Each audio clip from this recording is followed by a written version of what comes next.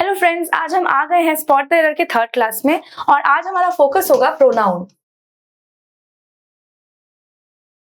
Suppose मैंने कुछ sentences लिखे हैं यहाँ पे।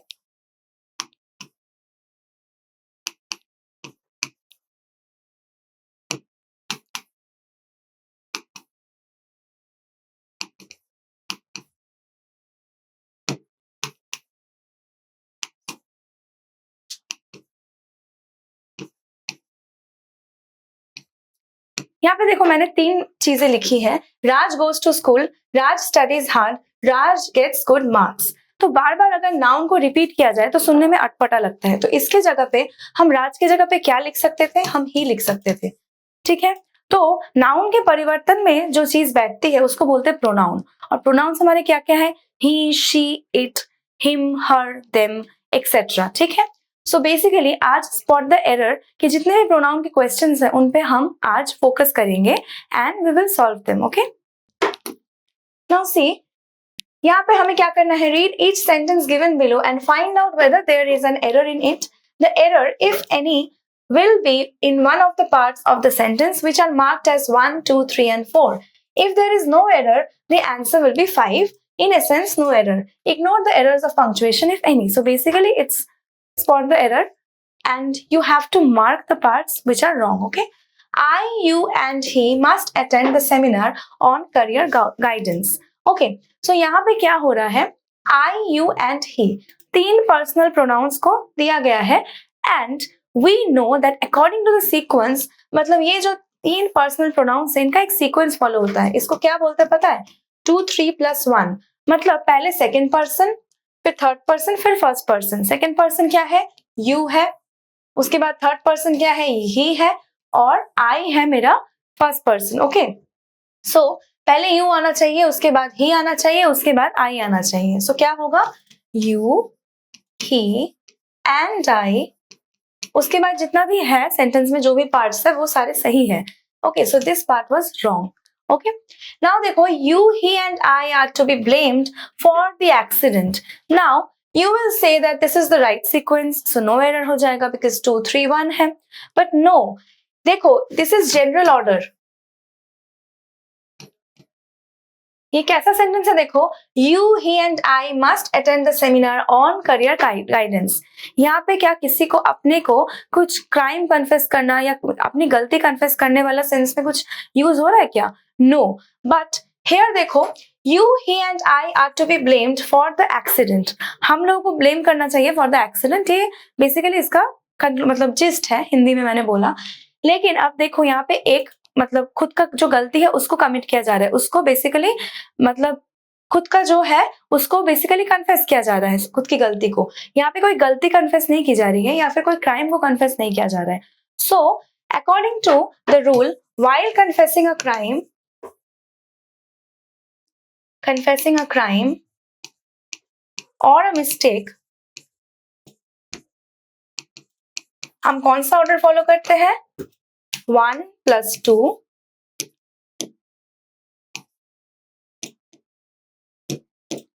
1 plus 2 plus 3। मतलब first person plus second person, मतलब उसके बाद सेकेंड पर्सन, उसके बाद थर्ड पर्सन। सो क्या होगा, आई पहले होगा, यू उसके बाद होगा, ही उसके भी बाद होगा। सो ये पहले होगा, ये सेकेंड में होगा, ये थर्ड में होगा। सो क्या होना चाहिए मेरा पूरा sentence, I, you and he are to be blamed for the accident.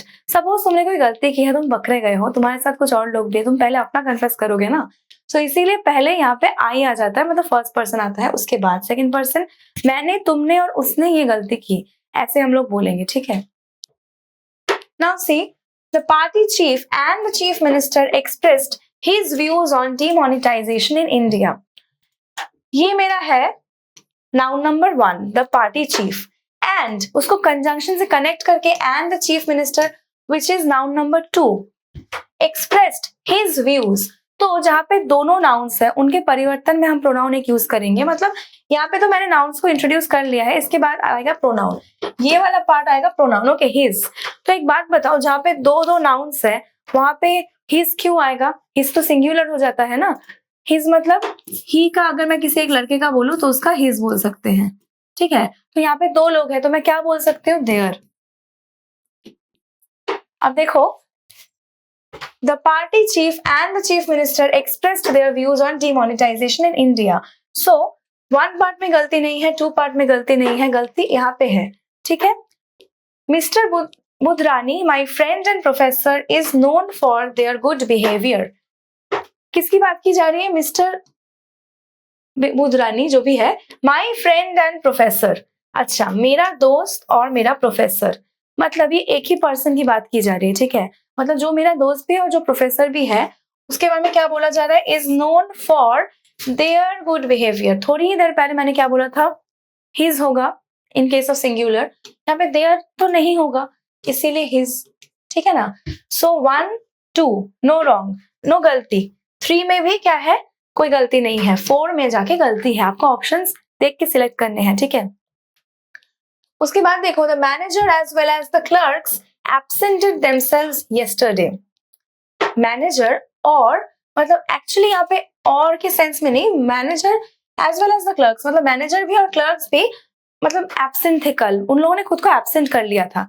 लेकिन सबसे बड़ी बात है, जब ये एज वेल एज फ्रेज होता है, उसके साथ जब नाउन 1 और नाउन 2 होता है, हम कौन से नाउन को देख के प्रोनाउन को बैठाएंगे?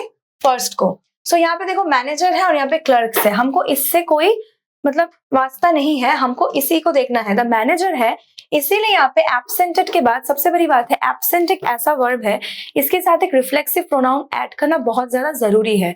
किसको एब्सेंट किया? खुद को एब्सेंट किया ना उसने। तो अब क्या है, मैनेजर का देख के मुझे यहाँ पे एब्सेंटेड देमसेल्व्स जो लिखा हुआ है, ये एक रिफ्लेक्सिव प्रोनाउन है, बट ये तो प्लूरल हो गया। मैंने क्या बोला? मैनेजर को देख के मुझे यहाँ पे बैठाना है, तो क्या बैठाऊंगी? एब्सेंटेड हिमसेल्फ, ठीक है, ये रूल है। तो गलती कहाँ पे है? यहाँ पे। Every boy and every girl will do his best to pass the exam. अच्छा, यहाँ पे भी एक रूल जो बहुत ज्यादा इंपॉर्टेंट है, यहाँ पे 2 सिंगुलर सब्जेक्ट्स हैं, ठीक है। अब यहाँ पे देखो, एवरी वर्ड से इनके बारे में समझ में आ रहा है कि every boy and every girl, this is basically singular subjects, बीच में एक कंजंक्शन है और पहले क्या है? एवरी वर्ड है। तो जब ऐसे टाइप का सिचुएशन होगा, तब हमको कौन सा देखना पड़ेगा? ये जो नाउन नंबर 2 है, एवरी गर्ल, ठीक है, और ये है मेरा नाउन नंबर 1, नाउन 1, नाउन 2। मेरे को नाउन 2 को देख के यहाँ पे जो प्रोनाउन है उसको बैठाना पड़ेगा। जैसे यहाँ पे मैंने बैठाया था, यहाँ पे एक अलग नियम था, ठीक है, एज वेल एज के लिए अलग नियम था। इसमें एवरी जब वर्ड है और जब कोई सिंगुलर सब्जेक्ट्स के पहले बैठ रहा है, बीच में कंजंक्शन एंड है, तो उसमें क्या अलग है रूल? उसमें क्या करना पड़ेगा? मुझे नाउन नंबर 2 को देख के यहाँ का प्रोनाउन बैठाना पड़ेगा। सो क्या होगा? Every boy and every girl will do her best to pass the examination. So 1 2 3 में गलती है, ठीक है। Now let us look at question number 7. Neither the students nor the teacher was in their class. यहाँ पे क्या बोला गया है? ना ही स्टूडेंट्स और ना ही टीचर अपने क्लास में थे। सो बेसिकली जब नाइदर और नॉर का यूज होता है, तब मेरे प्रोनाउन में क्या होगा? Was in their. देखो, सबसे बड़ी बात है, neither the students not the teacher, यहाँ पे वॉज है, मतलब सिंगुलर वर्ब है, और यहाँ पे क्या होगा? देयर की जगह होगा in his class. So basically neither और नॉर के साथ क्या होता है? सिंगुलर वर्ब और सिंगुलर प्रोनाउन, ठीक है। सो यहाँ पे कोई गलती नहीं है, यहाँ पे नहीं है, यहाँ पे गलती थी, ठीक है ना।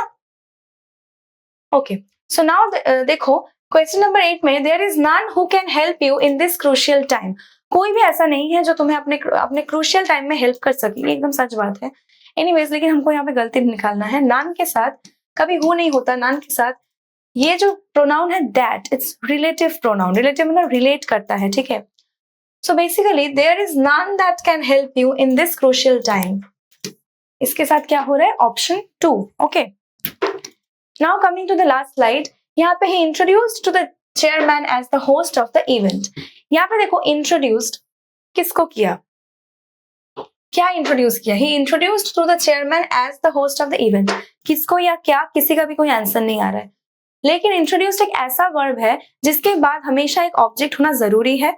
जब मैं किसको या क्या का उत्तर नहीं मिल रहा है, इसका मतलब ऑब्जेक्ट नहीं है, ऑब्जेक्ट तो होना जरूरी। This is a transitive verb, और मैंने क्या बोला था?